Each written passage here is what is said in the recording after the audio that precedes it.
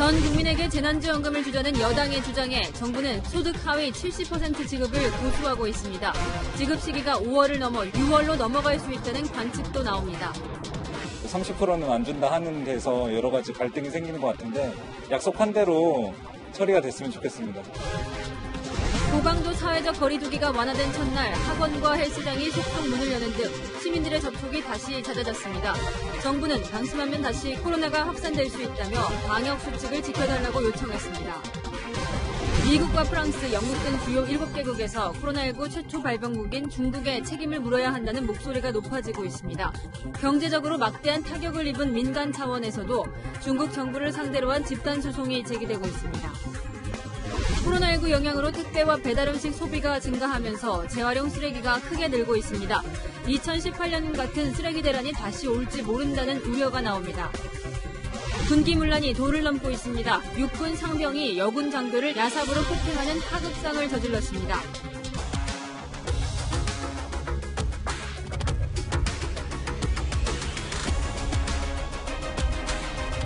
여러분 안녕하십니까? 뉴스의 동정민입니다. 많은 국민들이 총선 때 여야가 주겠다고 했던 긴급 재난지원금을 기다리고 계실 텐데요.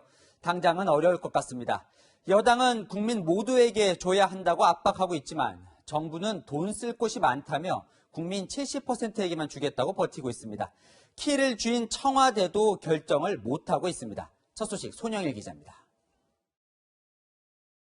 긴급 재난지원금은 소득 상위 30%를 제외한 1,478만 가구를 대상으로 4인 이상 가구 기준 100만 원을 지급하도록 하였습니다. 정부는 3월 건보료 기준으로 소득 하위 70% 가구에만 재난지원금을 지급하겠다는 입장입니다.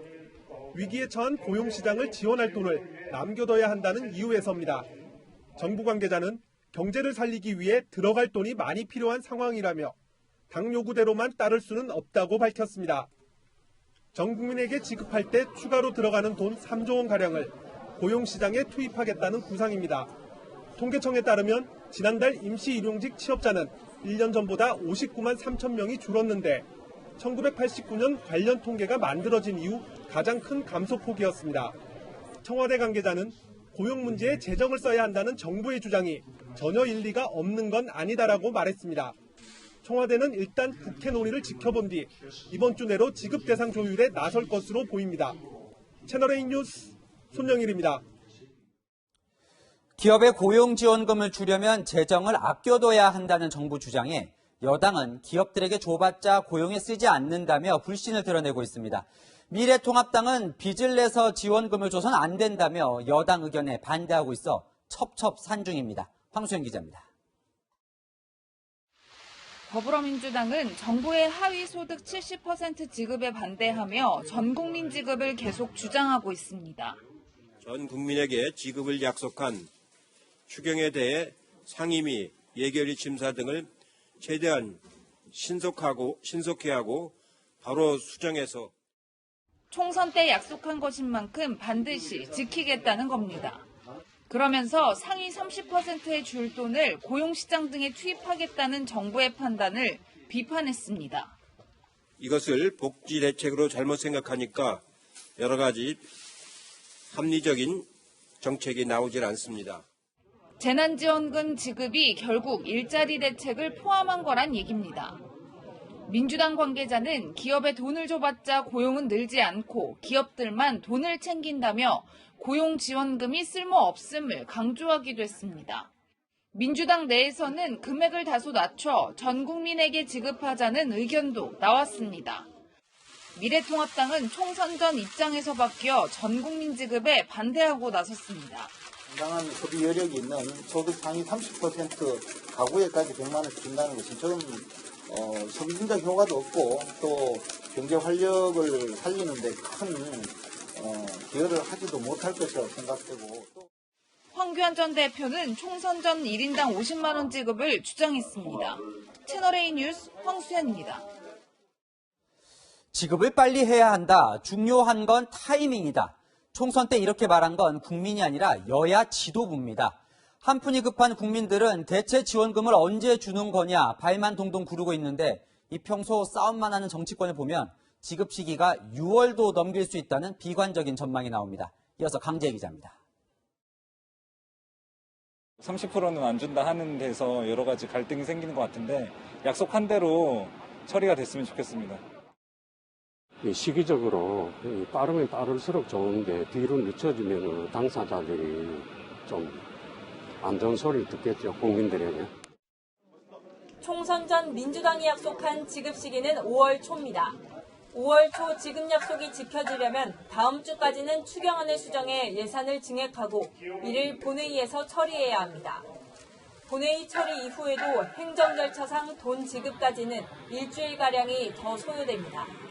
하지만 5월 초 지급은 어렵다는 관측이 나옵니다.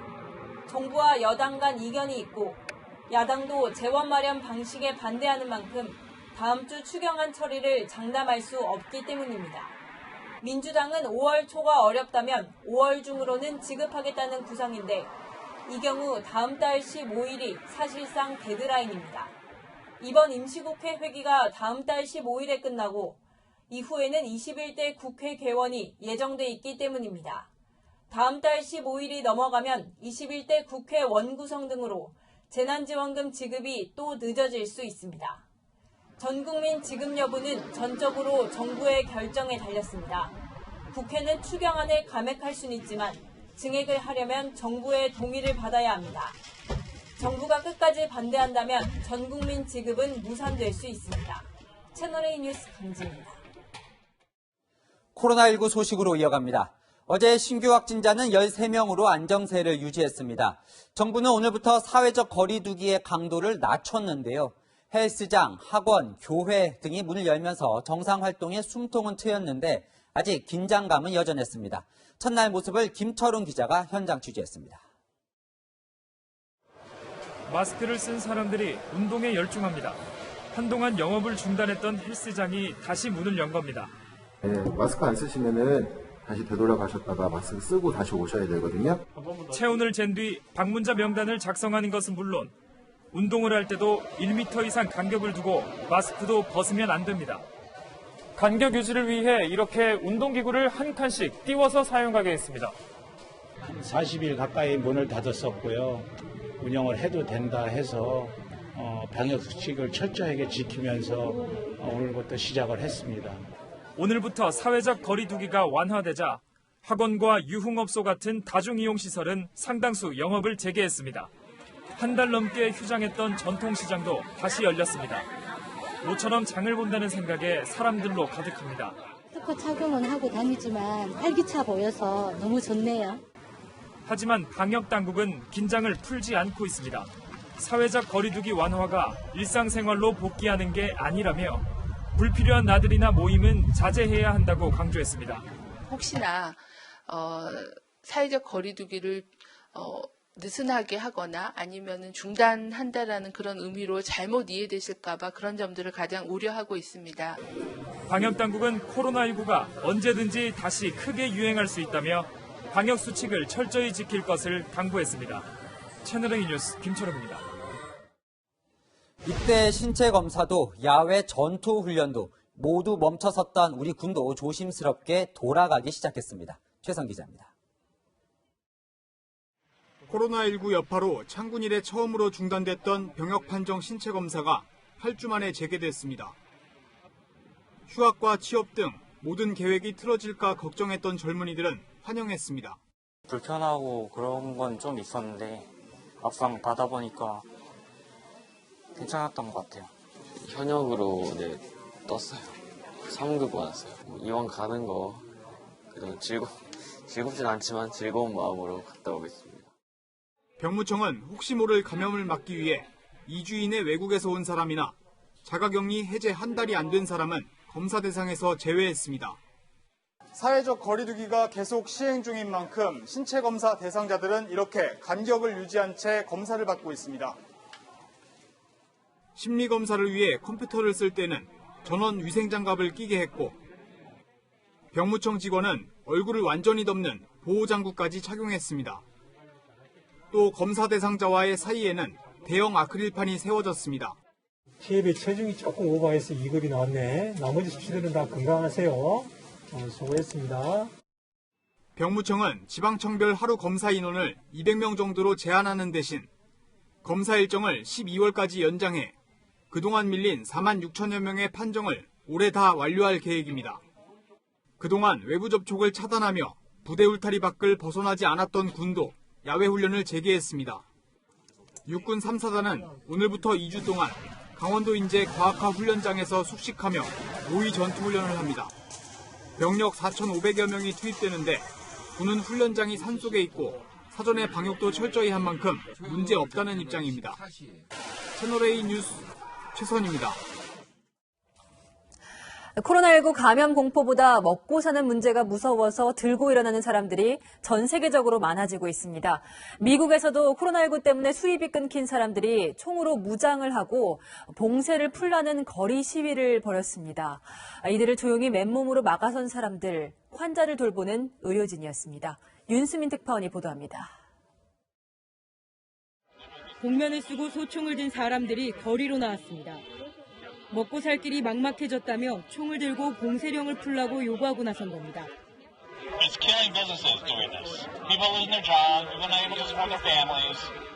트럼프 대통령은 이들을 이해한다고 말했습니다. They've got cap and fever. They want to get back. They want their life back. Their life was taken away from them. 반면 이런 요구가 시기상조라며 시위대를 맨몸으로 막아선 사람들도 있습니다. 코로나19 환자를 치료하는 의료진입니다. Yes, but the beast is still alive. We did not kill the beast. And the beast can rise up again. LA 경찰은 뮤직비디오 촬영차 집 밖에 나온 사람들을 체포하기도 했습니다. 미국의 코로나19 사망자는 4만 명을 넘었습니다. 현지 여론조사 결과 미국 민중 빨리 봉쇄령을 풀어야 한다는 응답은 10명 중 3명에 불과했습니다. 그런가 하면 미 보건당국의 책임론도 거세지고 있습니다. 미 보건당국이 1월 말에 만든 진단키트 불량으로 6주 동안 검사를 하지 못해 초기 확산을 방치했다는 지적이 나옵니다. 미국 캘리포니아에서 채널A 뉴스 윤수민입니다. 일본은 감염자가 우리보다 많아졌지만 동네 마트 등에서 사회적 거리가 잘 지켜지지 않아 문제입니다. 우왕좌왕하는 정부의 역할을 손정희 소프트뱅크 회장이 대신하기도 합니다. 도쿄 김범석 특파원입니다. 마스크를 사려는 손님들이 갑자기 몰립니다. 코로나19 감염 우려 등 무질서한 마트 상황에 해당 지자체장도 다시 한번 주의시키겠다며 걱정하는 분위기입니다. 긴급사태 선언이 전국으로 확대된 후 일본 내 대표 번화가는 한산해진 반면 주택가 인근 슈퍼는 사람들이 몰리며 북적이고 책방에는 좁은 공간에 사람들이 밀집하는 등 오히려 동네에서 사회적 거리두기가 지켜지지 않고 있습니다. 街中のスーパーは一時ものすごい混乱ですよ。あまり近づかないように。 일본의 한 통신사가 스마트폰 위치 정보로 토대로 한 통계를 냈는데 그 내용을 살펴보면 도쿄, 오사카 등 번화가의 유동인구는 7, 80%까지 떨어진 반면 이런 주택가, 상점 밀집 지역의 감소율은 10에서 20%에 그쳤습니다. 한 상점가는 긴급사태 선포 후 유동인구가 55% 늘어나는 등 방역의 허점이 드러나고 있습니다. 일본 정부가 밀집 지역의 외출 자제 요청을 하면서 생필품 구매는 괜찮다고 하다 보니 동네 상점으로 사람들이 몰리는 겁니다. 지자체는 뒤늦게 마트 입점을 자제할 것을 촉구했습니다. スーパーもご家族でね、一緒に行こうという話になりがちですけれども、結果としてそこが密の状態になって 전국 슈퍼마켓 협회도 마트는 놀이터가 아니다. 가족 다 같이 오지 말라고 호소했습니다. 이런 가운데 손정희 소프트뱅크 회장이 마스크와 의료용 장비 등을 확보해 지자체장들이 잇따라 요청을 하는 등 일본 정부가 할 역할을 대신하고 있다는 평가를 받고 있습니다. 도쿄에서 채널A 뉴스 김범석입니다. 코로나19 때문에 주요 선진국 G7이 입은 손실이 5천조에 가깝다는 계산이 나왔습니다. 여러 정부와 기업들이 중국을 상대로 천문학적인 소송에 나설 가능성이 있습니다. 먼저 성혜란 기자가 보도합니다. Sehr geehrter Herr Präsident Xi Jinping, Ihre Botschaft in Berlin hat sich in einem offenen Brief, dass Corona über kurz oder lang ihr politisches Ende bedeutet. 독일의 한 유력 일간지 편집국장이 공개적으로 중국의 시진핑 주석을 원색 비난했습니다. 코로나19 발원 초기 중국이 정보를 은폐했고 그로 인해 전 세계가 대비할 시간을 놓쳤다는 겁니다. 프랑스와 영국 정부도 중국에서 어떤 일이 발생했는지 모른다며 중국 책임론에 가세했습니다. After this crisis, and we'll have to ask the hard questions about how it came about and how it couldn't have been stopped earlier. 미국 정부와 언론들은 우한 바이러스 연구소를 구체적으로 겨냥하고 있습니다. 연구소에서 취급하던 바이러스가 연구원을 통해 사고로 유출됐을 가능성이 있다며 미국이 직접 조사에 참여하겠다고도 했습니다. The Chinese government needs to come clean and allow outside observers in to make sure all the processes and procedures are right. 영국의 한 학회는 코로나19로 미국, 영국 등 7개 주요 국가 G7이 입은 손실액만 4,880조 원이라고 추산했습니다. 각국 정부에 더해 코로나19로 직격탄을 맞은 여행, 항공업 등 전 세계 민간 종사자들까지 소송에 나설 경우 중국 정부가 천문학적 규모의 배상 책임에 직면할 가능성이 있다는 관측도 나옵니다. 채널A 뉴스 성혜란입니다. 중국도 맞대응에 나섰습니다. 이런 중국 때리기에 최선봉에 있는 미국 트럼프 대통령은 집중 공격하고 나머지 국제사회에는 마스크 등으로 물량 공세를 하며 반중 정서를 없애고 있습니다. 베이징 권우혁 특파원입니다. 우한 수산시장에서 최초 발병한 코로나19 환자들을 치료했던 의사가 중국 관영 매체에 출연했습니다. 중국 정부 대응을 적극 옹호하고 나선 겁니다. 你看我们27号的是中午就报了，报了以后他们当天下午他们就来做流行病学调查。 미국이 진원지로 의심하고 있는 우한 바이러스 연구소의 책임자도 입을 열고 미국 주장을 일축했습니다. 他没有任何的证据，他也没有任何的，是吧？逻辑关系去指责这，他完全是凭自己的一种猜测。 중국 정부와 관영 매체들은 한 목소리로 트럼프 대통령을 공격했습니다. 其目的是要把水搅浑，转移视线，推卸责任。 환추스바오 총편집국장은 어렸을 때 산수를 못했느냐며 말하는 게 모두 엉터리인 대통령이라고 조롱하기도 했습니다.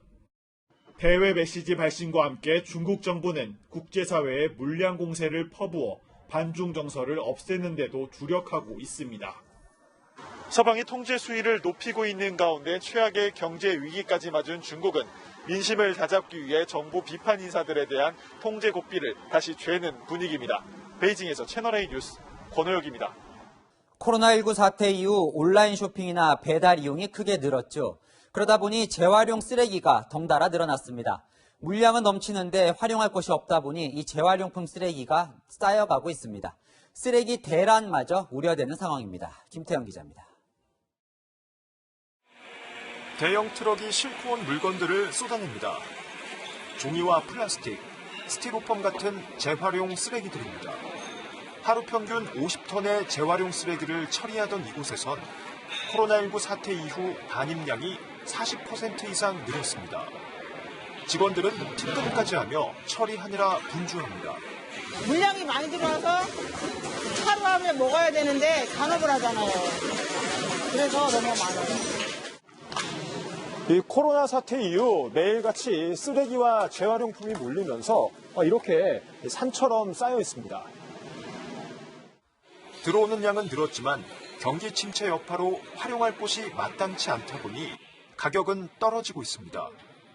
폐지값은 지난해보다 25% 넘게 떨어졌고 고철은 28%, 플라스틱도 4% 내렸습니다.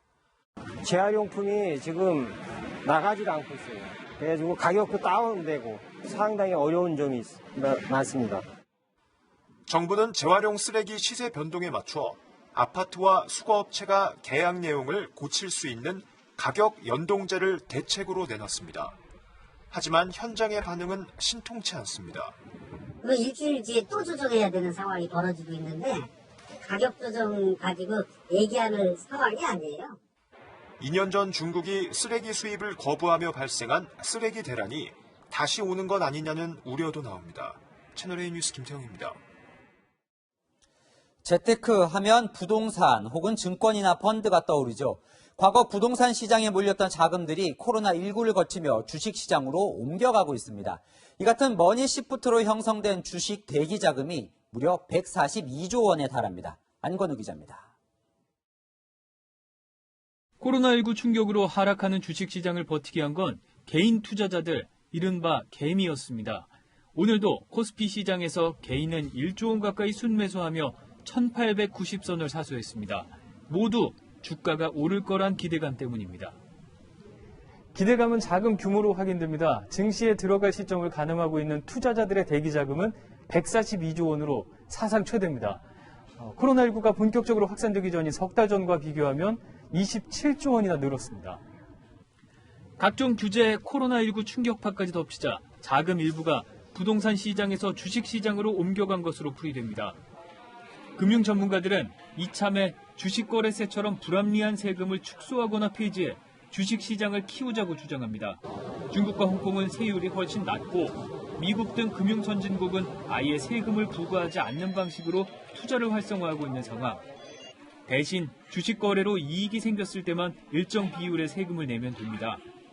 투자자들에게 유인책을 제시해야 천문학적인 부동자금이 부동산이 아닌 주식시장으로 유입되고 이렇게 되면 기업에도 도움이 돼 선순환 경제가 구축된다는 겁니다.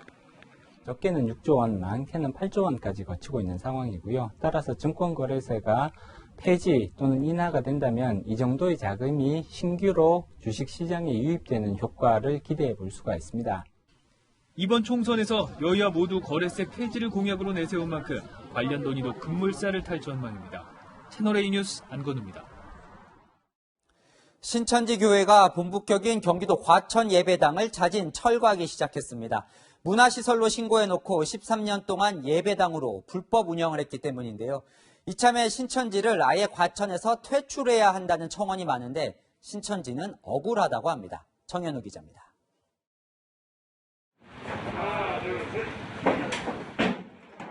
기다란 의자가 하나둘 트럭에 실립니다. 의자엔 몸이 불편한 신도들을 위한 것이라는 안내문이 붙어 있습니다. 신천지 과천교회 9층과 10층 예배당에 있던 것들입니다. 신천지는 지난 2008년부터 이 건물 9층과 10층을 사용하면서 각각 문화시설과 운동시설로 신고했습니다. 하지만 실제로는 13년 동안이나 예배당으로 불법 운영해왔습니다. 최근 과천시가 자진 철거하지 않을 경우 과태료 성격의 이행강제금 7억 5천만 원을 부과하겠다고 밝히자 자진 철거에 들어간 겁니다. 오늘부터 사흘간 진행되는 철거 작업엔 젊은 신도들과 용역업체 직원들이 동원됐습니다.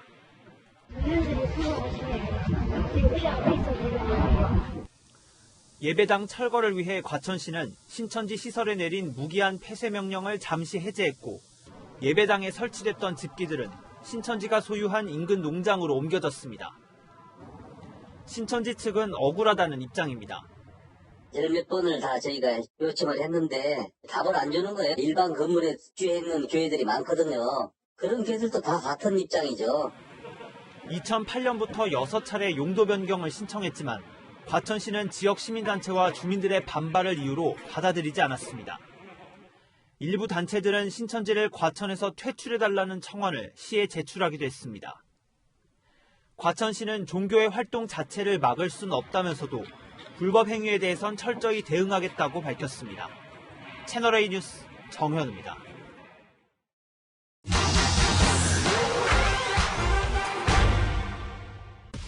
사실만 짚어드리는 팩트맨입니다. 코로나19 확산과 함께 인종차별, 외국인 차별이 두드러지면서 국제 문제로 비화됐는데요. 이런 비인도적 문제에 기름을 붓는 영상이 확산되고 있어 따져보겠습니다. SNS에서 조회수 40만 건이 넘은 영상입니다. 한 동양인이 몽둥이를 들고 흑인들을 폭행하는데요. 중국 광저우인데 코로나19 때문에 아프리카인이 폭행당했다고 적혀 있습니다. 며칠 전 광저우에서 아프리카인 차별이 있었다는 외신 보도 직후라 파장도 큰데요. 이 영상 사실일까요? 먼저 영상 속 장소를 추적해봤습니다. 거리에 보이는 이 파란 간판, 팩트맨이 찾아보니 대형 병원의 로고였습니다. 위성 지도를 이용해 병원이 있는 주소로 직접 가보겠습니다. 도심 속 건물들이 보이는데요. 병원 인근 도로를 살펴보니 낯익은 장소가 보입니다. 간판, 담벼락 낙서까지 모두 영상 똑같죠. 그런데 이곳 중국이 아니라 미국 뉴욕 브롱크스 한복판입니다. 알고 보니 한 달 전 뉴욕에서 있었던 폭행 사건을 촬영한 영상으로 장소도 내용도 다른 가짜뉴스였습니다. 다음은 동양인 혐오 실태라며 일부 언론과 대형 커뮤니티에 올라온 뉴스입니다. 케냐의 마트에서 기침을 하던 중국인 여성이 코로나19 검사를 거부하자 현지인들이 돌을 던져 숨지게 했다는 건데요. 이 사진을 한번 살펴볼까요? 2013년 이 케냐 나이로비에서 벌어진 쇼핑몰 총기 난사 테러 방지 사건인데 코로나19 사건으로 둔갑시킨 가짜뉴스였습니다. 문제의 사진, 코로나19 관련 뉴스라고 처음 보도를 한 현지 언론도 지금은 기사를 삭제한 상태입니다. 논쟁적인 소식일수록 좀 천천히 느리게 반응하고 출처의 신빙성을 적극적으로 따져보려고 하는 그런 수용 태도가 필요하다고. 이 밖에도 궁금한 사항 팩트맨에 제보 부탁드립니다. 이상 팩트맨이었습니다. 번화가에서 수억 원대 고급 승용차를 발로 마구 찬 20대 남성. 경찰서에 가서는 술에 취했다며 기억도 못했습니다. 술 주정 한 번에 수천만 원의 대가를 치르게 됐습니다. 신선미 기자입니다. 자정을 넘긴 시각 경기도 수원의 번화가에서 25살 남성이 고함을 지르며 고가의 외제 차량에 발길질을 합니다. 구경 나온 사람들은 말리기는커녕 함성을 지릅니다.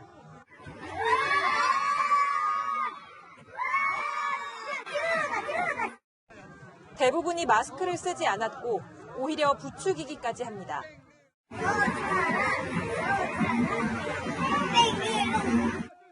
남성은 차량 손잡이를 흔들며 운전자를 위협했고 렌터카 업체 사장인 23살 운전자가 나와 항의하자 멱살을 잡고 폭행했습니다. 난동은 경찰이 도착한 뒤에야 멈췄습니다. 술이 많이 취해서 좀 흥분되어 있는 것 같더라고요. 경찰들한테도 많이 인터뷰 부르시고 하셔가지고 경찰분들이 조금 어렵게 데려가시는 것까지는 봤어요. 피해 차량은 신차 가격이 2억 원을 넘는 벤틀리 컨티넨탈 GT 모델로 알려졌습니다. 남성은 경찰에서 술에 취해 아무것도 기억나지 않는다고 밝혔는데 운전자와는 일면식도 없었습니다. 술이 많이 취해가지고 정신이 없는 상태였습니다. 기억이 안 난대요. 운전자가 조만간 경찰에 피해 견적서를 제출할 예정인 가운데 수리비만 수천만 원에 달할 거라는 예상이 나옵니다. 경찰은 남성을 폭행과 재물손괴 혐의로 불구속 입건하고 사건 경위를 조사하고 있습니다. 채널A 뉴스 신선미입니다. 집 근처에서 빨간색 차가 보일 때마다 쌈짓돈과 먹을 것을 몰래 놔둔 할머니. 왜 그러셨을까요? 치매를 앓고 계셨다는데 뭉클한 사연 들어보시죠. 홍진우 기자가 전해드립니다. 거리를 걷던 할머니가 주차된 빨간색 차를 보고 멈춰섭니다. 뭔가를 주섬주섬 꺼내 차에 놔두고 자리를 뜹니다. 얼마 뒤 차에서 뭔가를 발견한 차주가 경찰에 신고합니다. 차문에 꽂혀있던 건 꼬깃꼬깃 접힌 지폐와 먹을거리였습니다. 이 같은 일은 지난 2월부터 5차례나 이어졌습니다. 해코지는 아니지만 그래도 사람이 궁금하기도 하고 한편으로는 좀 무섭기도 하고 그래서 블랙박스를 달고도 2번을 더 그 돈을 꽂아놨기 때문에 경찰이 CCTV를 확인해보니 치매를 앓고 있는 86살 할머니가 벌인 일이었습니다. 할머니는 빨간색 차를 아들의 차로 착각해 이렇게 돈과 먹을 것을 꼽아놨습니다. 할머니는 어려운 환경에 학교도 제대로 못 보낸 아들에게 항상 미안해했던 것으로 전해졌습니다. 치매에 걸렸어도 아들이 타던 차 색깔이 빨간색인 걸 기억하고 빨간색 차를 볼 때마다 아들 차로 착각해 쌈짓돈과 간식을 몰래 남기고 간 겁니다. 아들은 몇 년 전까지 어머니 집 근처에 살다 타지로 이사한 것으로 알려졌습니다. 초등학교밖에 못 시켜가지고 저러는데 그 아들이 집에 있을 때 타던 차가 빨간 차였답니다. 마침 그 신고한 분의 차도 빨간 승합차라서 경찰은 할머니에게 상황을 설명한 뒤 놓고 간 21만 원을 돌려줬습니다. 온라인에선 80대 어머니의 한결같은 사랑에 감동했다는 반응들이 쇄도하고 있습니다. 채널A 뉴스 홍준호입니다. 1,000억 원 넘는 돈을 굴리다 사기 등 혐의로 감옥에 들어간 명동 사채왕 기억하십니까? 형기는 끝났지만 45억 원이 넘는 벌금을 내는 대신 황제 노역을 하고 있습니다. 하루 일하는 일당이 무려 900만 원입니다. 권솔 기자입니다. 코스닥 상장 회사에 거액을 빌려주고 이 사실을 공개하겠다고 압박해 돈을 뜯어낸 혐의 등으로 재판에 넘겨진 사채업자 최모 씨. 명동 사채왕으로 불려온 최 씨는 사기와 마약류 관리법 위반 등의 혐의로 징역 8년과 45억 원의 벌금형을 선고받았습니다. 지난 3일 만기 출소일이 됐지만 최 씨는 아직도 감옥에서 나오지 않았습니다.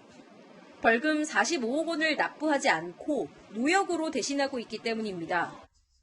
법원이 정한 최 씨의 노역 일당은 900만 원, 벌금 45억 원을 채우는데 500일이면 충분합니다.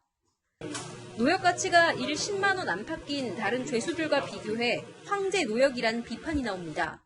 일반 사람들의 노역은 하루 10만 원 정도로 취급이 되는데요. 하루에 900만 원짜리 노역을 하고 있어서 황제 노역이라는 비판이 나오는 것입니다. 최 씨의 노역이 끝나는 시점은 내년 8월 15일. 최 씨가 노역을 하면서 출소 시점을 계속 늦추는 이유가 벌금을 낼 돈이 없어서가 아니란 분석도 나옵니다. 사기 도박과 대부업법 위반 혐의로 추가로 재판을 받게 돼 구속되는 걸 피하려는 전략이란 해석도 나옵니다. 검찰도 최 씨가 불구속 상태에서 재판을 받는 걸 우려하는 의견서를 법원에 제출한 상태입니다. 법원은 최 씨의 구속 여부를 조만간 결정할 계획입니다. 채널A 뉴스 권솔입니다. 하극상, 아랫사람이 규율을 무시하고 대드는 상황을 말하는데 기강이 중요한 군에서는 특히 예민한 문제죠. 상병이 대위인 여군 중대장을 야삽으로 내리쳐 폭행하고 남성 부사관이 남성 장교를 성추행하는 등 잇따른 군 하극상 사건이 발생했습니다. 박선영 기자입니다.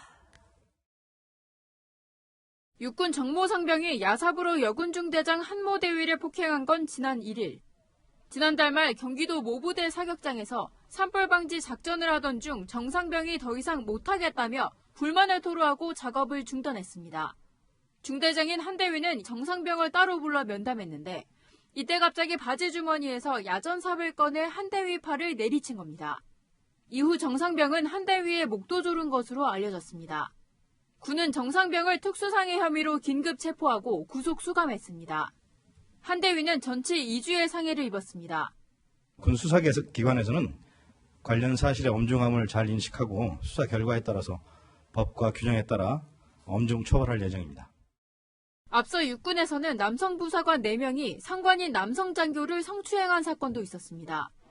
이들은 A 중위의 숙소를 찾아가 암기를 강요하며 신체 주요 부위를 만진 겁니다. 군사경찰은 부사관 4명을 강제 추행 혐의로 입건해 조사 중입니다. 군에서 하극상이 잇따르자 기강회의가 도를 넘어섰다는 지적이 나옵니다. 채널A 뉴스 박선영입니다. 공직선거법 위반 혐의로 구속됐던 전광훈 목사가 보석으로 석방됐습니다. 법원은 대신 집회와 시위에 참가하면 안 된다는 조건을 붙였습니다. 유승진 기자입니다. 마스크를 착용한 전광훈 목사가 구치소에서 걸어 나옵니다. 지지자들에 둘러싸여 꽃바구니를 들어올립니다. 광화문 광장에서 특정 정당 지지 발언을 한 혐의로 구속된 지 56일 만에 풀려난 겁니다.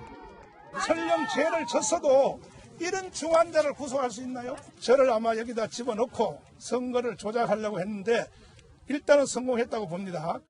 앞서 전 목사는 6차례 구속 적부심을 청구했지만 모두 기각되자 경추 부위에 추가 손상을 받으면 생명이 위험할 수 있다며 보석을 청구했습니다. 법원은 증거를 인멸하거나 도주 우려가 있는 등의 보석 예외 사유에 해당하지 않는다고 판단하고 전 목사를 풀어줬습니다. 주거지를 제한하고 보증금 5천만 원을 내는 조건입니다. 변호인을 제외하고는 관계자와 전화나 이메일, SNS 등 연락도 금지됩니다. 여기에 사건과 관련되거나 위법한 집회나 시위에 참가할 수도 없도록 했습니다. 그것은 이제 재판부에다가 저희들이 이제 신청을 하면은 얼마든지 유동적으로 될 수가 있는 조건이고 재판부에서 허락하기까지는 집회는 제가 좀 자제하려고 합니다. 전 목사의 두 번째 재판은 다음 달 11일에 열립니다. 채널A 뉴스 유승진입니다. 라임 사태 수사 속보입니다. 오늘은 라임자산운용의 전 본부장이 배임과 수재 혐의로 재판에 넘겨졌습니다. 구속된 전 청와대 행정관은 청와대 파견 전에도 특정 금융사를 도우려 했다는 의혹이 새로 나왔습니다. 사공성근 기자입니다. 뇌물수수와 공무상 비밀누설 혐의로 구속된 금융감독원 출신 김모 전 청와대 행정관. 금감원 내부정보 유출하신 거 맞습니까? 김 전 행정관은 청와대 경제수석실 파견 근무 기간에 금감원의 라임자산운용 관련 내부 정보를 고향 친구인 김봉현 전 스타모빌리티 회장에게 수차례 전달한 혐의를 받고 있습니다. 검찰은 김 전 행정관이 그 대가로 김 전 회장에게 현금과 법인카드 등 4,900만 원 상당의 뇌물을 제공받은 걸로 보고 있습니다. 그런데 김 전 행정관이 청와대 파견 전에도 특정 금융업체를 비호했다는 의혹이 제기됐습니다. 지난 2018년 7월경 김 전 행정관이 금감원 자산운용검사국 담당자에게 전화를 해 자본시장법을 어긴 모 자산운용사의 과태료를 줄여줄 수 있는지 수차례 문의한 정황이 포착된 겁니다. 당시 금감원 팀장급인 김 전 행정관이 타 부서의 하급자에게 이런 연락을 한 자체가 압력으로 느껴질 수 있다는 지적이 나옵니다. 다만 해당 자산운용사의 과태료는 경감 없이 부과된 걸로 알려졌습니다.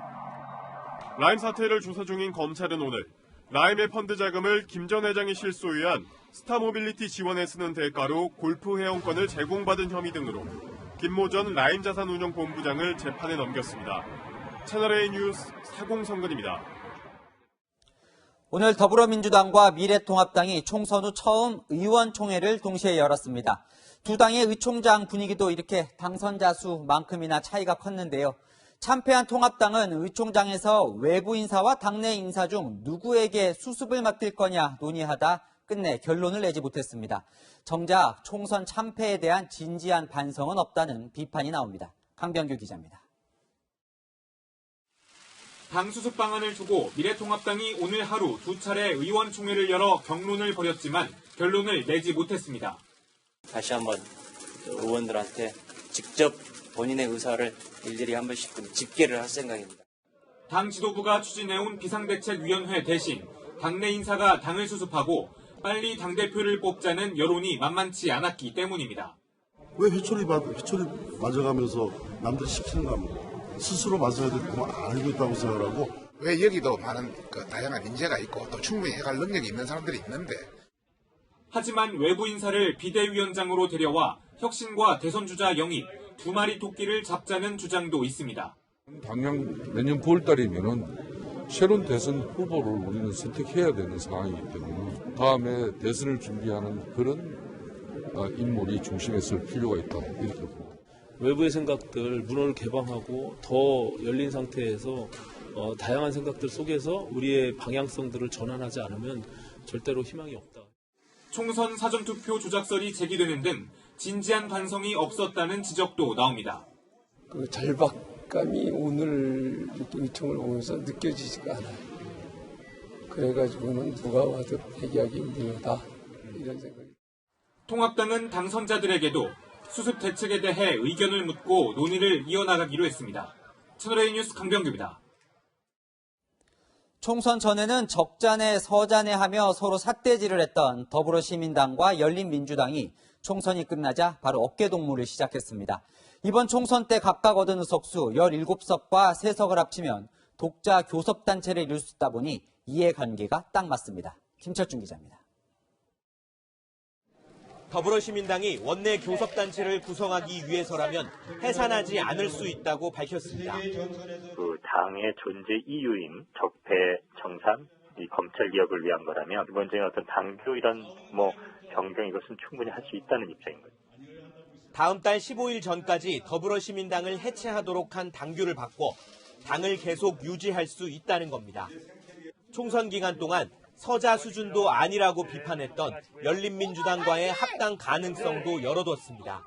그것도 그 상황에 따라서 정치적인 지형에 따라서 판단돼야 되겠죠. 열린민주당은 범진보 세력이 뭉쳐야 한다고 화답했습니다. 그럼 제3의 교섭단체를 만들겠다고 한다면 민주당의 국회 운영이 좀 어려워집니다.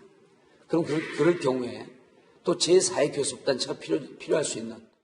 더불어시민당 비례대표로 참여한 용해인 기본소득당 대표는 소속 정당으로 돌아가더라도 원내 교섭단체 구성에 참여할 수 있다고 밝혔습니다.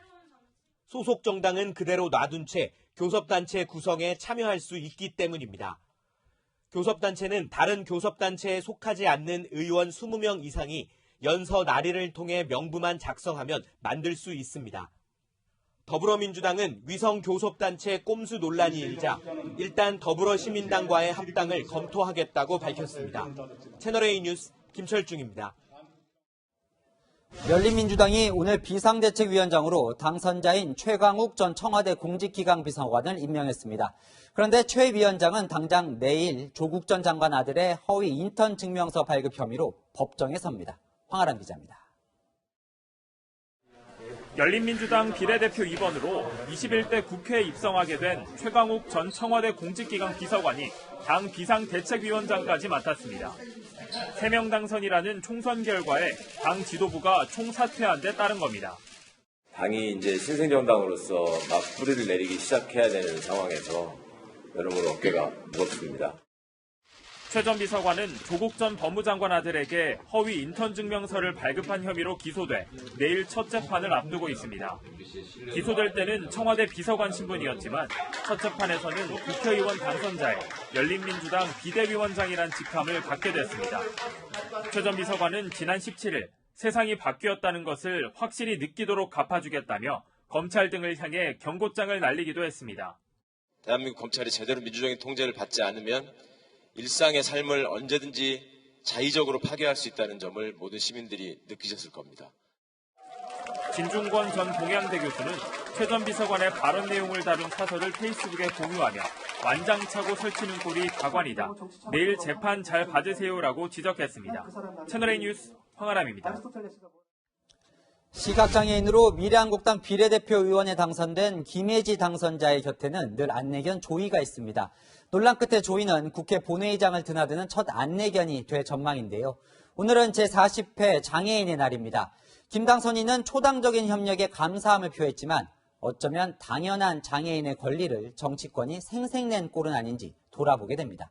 성시온 기자가 김 당선인과 조이를 만났습니다.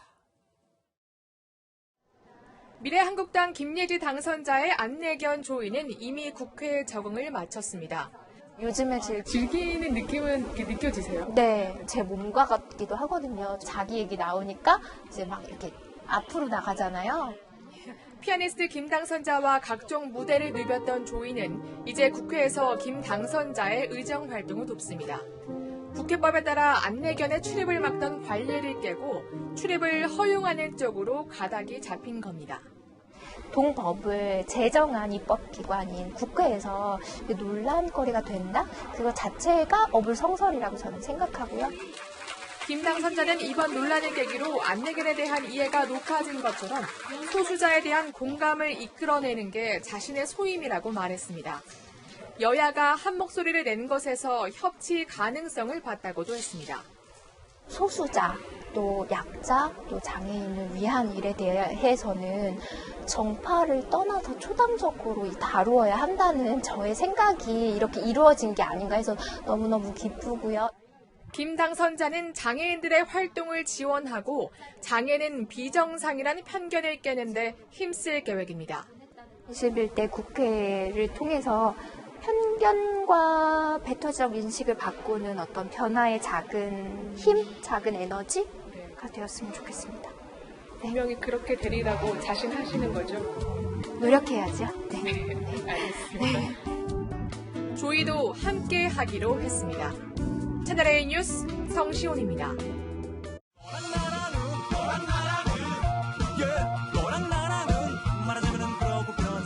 네, 여랑야랑 시작합니다. 자, 이재명 기자, 오늘은 이 여야의 젊은 소장파 목소리를 전해준다고요? 네, 먼저 여당에서는 김혜영 최고위원이 21대 국회의원 당선자들에게 이런 당부를 남겼습니다.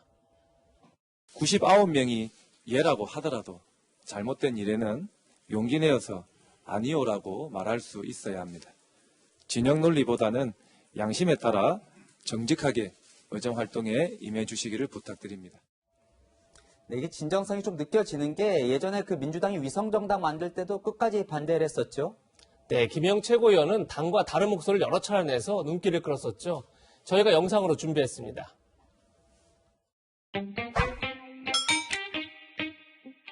조국 후보자의 진심 어린 사과와 함께 국민들의 오해를 사지 않도록 발언 하나하나에 신중을 기해 주시기를 당부드립니다.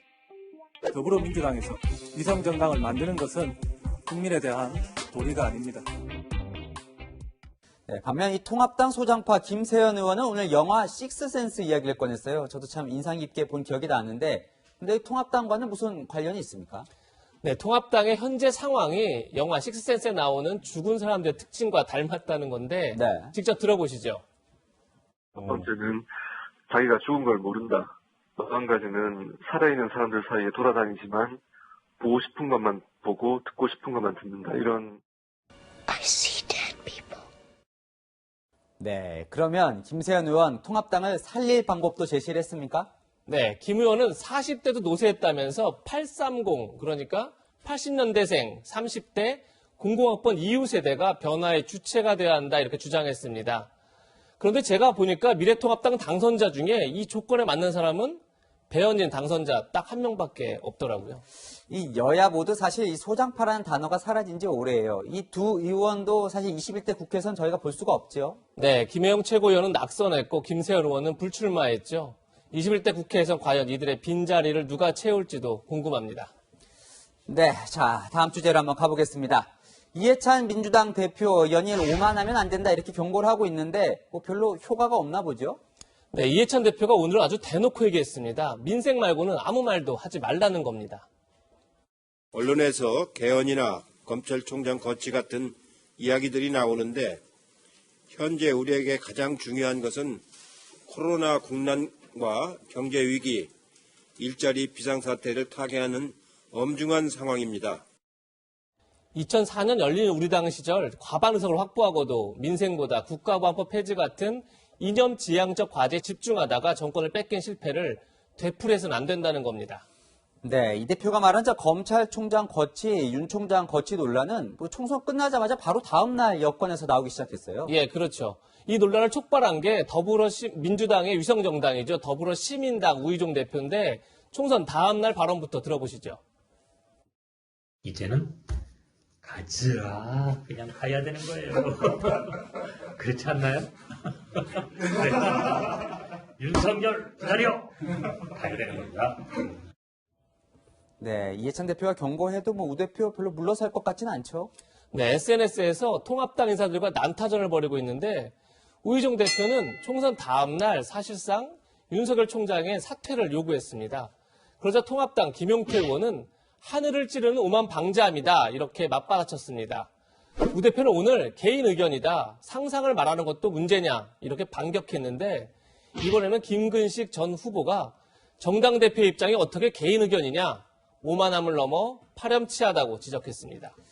네, 우 대표는 이렇게 말해놓고 좀 시끄러우면 상상이었다 이런 식으로 좀 빠져나가는 것 같아요. 네, 우 대표는 총선 결과를 두고 SNS에 국가보안법 철폐도 가능하지 않을 거라면서 개인적으로 상상의 날개가 돋는다 이런 글을 남기기도 했습니다. 오늘의 한마디는 상상은 자유, 정치는 현실 이렇게 정했습니다. 네, 여야 모두 하고 싶은 것보다 국민이 원하는 것을 먼저 하면 사랑받지 않을까 싶습니다. 지금까지 여랑야랑이었습니다. 북한 전역을 24시간 축구공 크기 물체까지 감시할 수 있는 정찰기가 우리 공군에 배치됐습니다. 북한을 자극할 수 있다며 쉬쉬하며 들여온 전략 무기입니다. 어느 정도 위력을 갖고 있는지 김성진 기자가 정리했습니다. 고고도 무인 정찰기 글로벌 호크가 적 목표물을 탐지해 좌표를 전송하자 스텔스 전투기 F-35가 적진 깊숙이 들어가 북한 ICBM 화성 14형을 파괴합니다. 원점 타격 능력, 어떤 상황에서도 승리의 영광을 약속합니다. 적 도발 움직임을 먼저 보고 먼저 타격하는 것으로 핵심은 북한을 손바닥 보듯 할 수 있는 감시 능력입니다. 성조기와 태극기가 걸린 경납고에 거대한 무인 정찰기 2대가 서 있고 기체에 대한민국 공군이라고 선명하게 박혀 있습니다. 일반에 공개하지 않고 시시하며 조용히 들여온 고고도 무인 정찰기 글로벌 호크입니다. 작전 반경만 3,000km로 필리핀 넘어 태평양까지 감시할 수 있고 40시간 넘게 하늘에 떠 있을 수 있습니다. 또 구름이 20km 상공에서 악천 후에 상관없이 레이더와 적외선 탐지 장비로 축구공 크기 30cm 물체까지 잡아낼 수 있는 첩보위성 수준의 정찰기입니다. 현재 군사 분계선 40km 이남 비행을 금지한 남북 군사 합의로 기존 정찰기는 서해 남포와 동해 원산 위로는 볼 수 없지만 글로벌 호크는 2배 더 높은 고도에서 북한 전역을 샅샅이 감시할 수 있습니다. 이런 이유로 지난달 북한 김여정 부부장은 남측이 첨단 군사 장비를 사오는데 열을 올리는 등 꼴보기 싫은 노름을 하고 있다고 비난하기도 했습니다. 군은 올 상반기 중 나머지 2대를 더 들여옵니다. 10월부터 모두 4대의 글로벌 호크를 투입해 북한 전역을 24시간 빈틈없이 감시할 계획입니다. 채널A 뉴스 김성진입니다. 오늘 초등학교 저학년들까지 개학하며 이제 전국 초중고 학생 540만 명이 원격 수업을 듣게 됐습니다.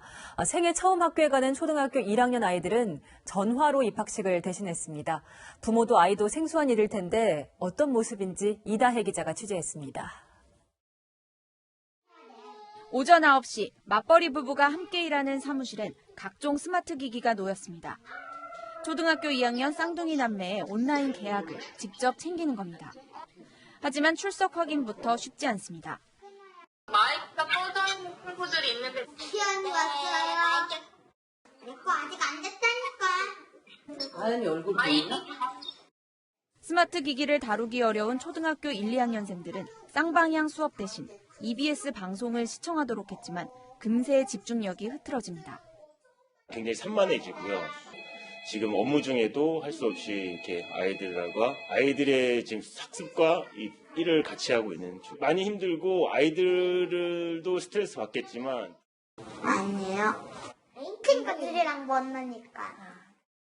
초등학교 1학년 교실 책상엔 신입생 이름표와 장미꽃만 덩그러니 놓였고 교사와 학생들은 전화통화로 입학식을 대신했습니다. 학부모님과 같이 온 아이들이 있었는데요. 교실에 한번 올라가 보고 싶다고 했는데 방역 문제도 있고 올라가지 못해서 너무 아쉬웠고요. 교육당국은 아직 등교 개학에 신중한 입장입니다. 오는 24일 치러질 고3 학생들의 학력평가를 원격 시험으로 대신하고 다음 달 6일 이후 온라인 수업과 등교 수업을 병행하는 순차적 등교 개학을 검토하기로 했습니다. 채널A 뉴스 이다혜입니다. 얼어붙었던 극장가도 조금씩 잠에서 깨어나고 있습니다. 그동안 개봉을 미루고 있던 우리 신작 영화들도 하나둘 날짜를 잡고 있습니다. 박지혜 기자입니다. 청록의 과수원 밭을 제 집처럼 뛰어놀며 특별한 꿈을 키우는 소년.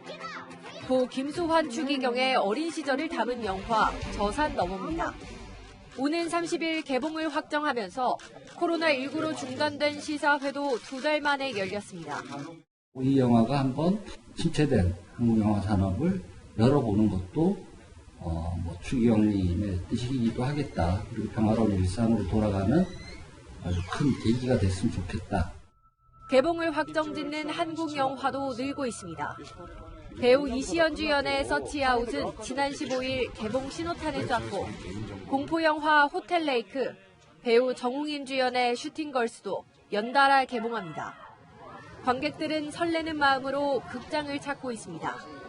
한 3달 만에 왔어요. 그냥 혼자 영화 보러 기분 전환 겸 왔습니다. 거리두기가 조금 완화가 됐다고 이제 알고 있는데 아직까지는 조금 썰렁해서 얼른 활기를 찾았으면 좋겠습니다. 재난영화 언론과 황정민, 이정재 주연의 영화 다만 악에서 구하소서도 5에서 6월 중 관객들을 만날 예정입니다. 채널A 뉴스 박지혜입니다. 방송통신위원회가 오늘 전체 회의를 열어 채널A, TV조선에 대한 재승인을 의결했습니다. 채널A는 1000점 만점에 과락 없이 기준점을 넘는 662.95점을 받았습니다. TV조선은 653.39점을 받았습니다. 하지만 중점 심사 사항인 방송의 공적 책임 및 공정성 실현 항목에서 기준점에 미달해 조건부 승인을 받았습니다. 채널A의 재승인 유효 기간은 4년이고 TV조선은 3년입니다.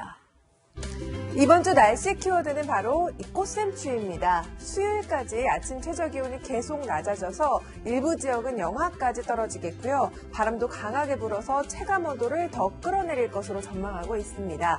강원 영동은 당장 오늘 밤부터 중과 서해안 또 경북 지역에는 내일 오후부터 최대 순간 풍속 초속 20m 이상의 강풍이 불 텐데요. 이에 따라 내일을 기점으로 중부와 경북 내륙에는 강풍 예비특보가 발효됐고 대부분 해상에는 풍랑 예비특보가 내려져 있습니다. 코로나19 선별진료소 등 야외에 설치된 천막 관리에 유의가 필요합니다. 내일 아침 기온은 서울이 5도, 대구 7도 선으로 출발하겠고요. 한낮에는 중부지방 10도 안팎, 남부는 15도 안팎에 머물겠습니다. 내일 미세먼지 농도는 전국이 보통으로 예상되지만 수도권과 충남은 오전에 일시적으로 나쁨 수준 보이겠습니다. 날씨였습니다. 지난달 강원도 양양주택에서 화재가 났을 때 10명의 생명을 살린 사람, 가스관을 잡고 텔레비전 줄을 타고 불 속으로 들어가 목과 등에 화상까지 입은 이 영웅은 카자흐스탄 출신 이주 노동자 알리입니다. 그런데 이 선행 때문에 불법 체류자라는 사실이 드러나서 열흘 뒤면 한국을 떠날 처지에 놓였습니다. 많은 국민들이 입을 모아서 이런 사람은 국민으로 받아줘야 한다고 말합니다. 2년 전 프랑스에서 비슷한 일이 있었습니다. 아파트 5층 난간에 아이가 매달려 있자 불법 체류 신분이었던 흑인 남성, 주저없이 난간을 타고 올라가 아이를 구했습니다. 영웅이라는 칭찬이 이어졌고 마크롱 대통령은 그를 불러 영주권은 물론 소방관, 취직까지 알선해줬죠. 자, 법도 중요하지만 프랑스 못지않게 따뜻한 한국의 온정과 고마움을 전할 방법 꼭 찾았으면 좋겠습니다. 내일도 뉴스입니다.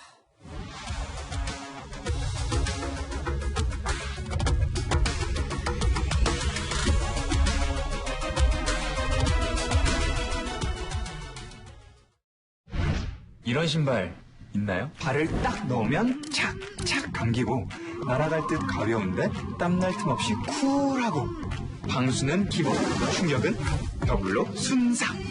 어디 가도 발이 쫙 붙는 그런 신발 주세요. 아니 세상에 그런 신발이 처음 나왔습니다. 설마 했던 이 모든 스펙들이 퀀텀 인피니티 숲으로. 아이더 퀀텀 인피니티. 아이더. 우리 딸 공부하느라 힘들지? 소중한 당신에게 호르반. 할머니 피곤하시죠? 소중한 당신에게 호르반. 며느라가 힘들지? 소중한 당신에게 호르반. 뭐 잊은 거 없어요? 한림제약 호르반. 우리는 기대합니다. 리조트 도시로 더 빨리 퇴근하길, 자연과 더 오래 발맞추길, 오션뷰와 리버뷰를 한눈에 즐기는 검암역 로얄파크시티 푸르지오. 자리에 누울 때부터 일어나는 그 순간까지 몸의 라인을 따라 완벽히 잡아주는 템퍼. 당신을 온전한 휴식의 세계로 초대합니다. 템퍼, a mattress like no other.